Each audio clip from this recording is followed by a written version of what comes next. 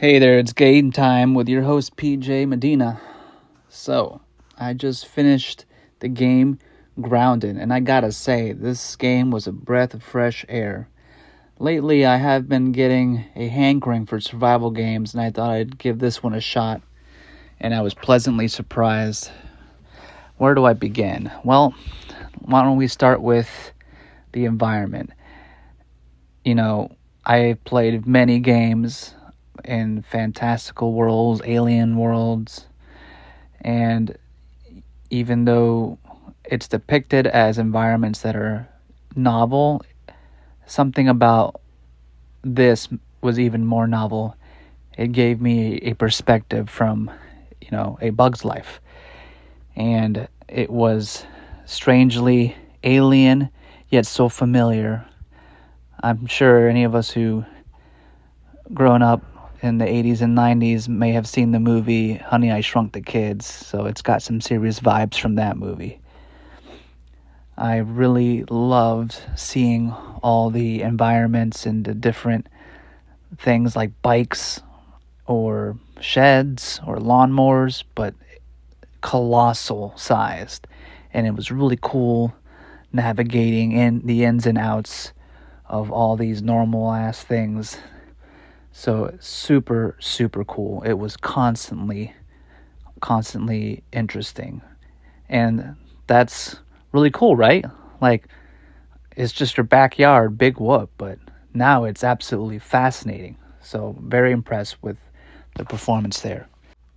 When it came to the gaming mechanics, it was also really cool. Why don't we talk about the survival, building, crafting? Playing all these different survival games that each have their own flavor, but you're generally kind of building the same things, like a tent, a campfire, a knife, and you're still building those here, but what they're made out of is completely different. Usually you're building with metal, with wood, but we can't be using any of that in this game. We're tiny size, so now we're building with bug parts. Instead of a blade of metal, you're having like a ant mandible, or instead of a shield made of leather or wood, now you're building it from an ant, carapace. Just building a house out of clovers. Every single building material is something you're not used to. And I thought that was really cool. Every tier of building was always fresh. So props for the game for maintaining that freshness throughout the game. Speaking of freshness, I also love the implementation of status elements. Normally we're used to working with the usual fire, water, ice, electricity, those kinds of things. But here, they use flavors instead, such as mint, which is freshness, spicy, sour, and salty. I thought that was amazing. And they each had their own status effects on the bugs. So I was also, again, impressed with how fresh they keep the game going. And as for the story was pretty cool. It was pretty engaging. It made me care about what's happening to the main character and learning the side story of all the background characters and how it all correlates together. And the only thing I would say is that it lost a little steam at the end. It was kind of the final boss was a little lackluster. It just kind of reminded me of the other bosses.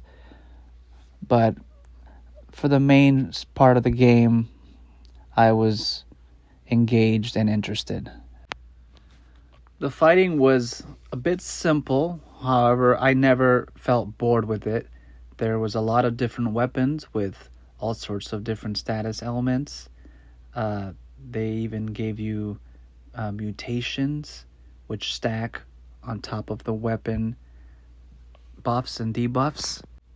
And I was always going around farming, looking for different materials so I can build these weapons. So I was always excited, always had the carrot at the end of the stick, making me wish I could get this weapon sooner so I could defeat these other enemies that had weaknesses to it. So that kept me pretty interested.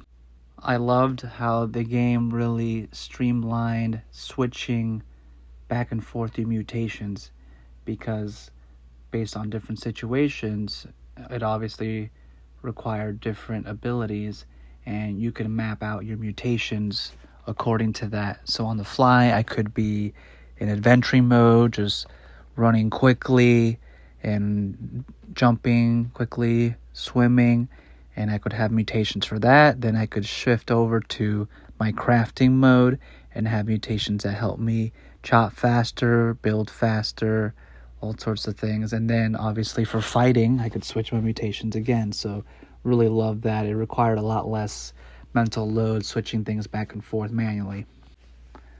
So overall, this game was absolutely fantastic. I give it a 9 out of 10. I recommend it to many hardcore gamers.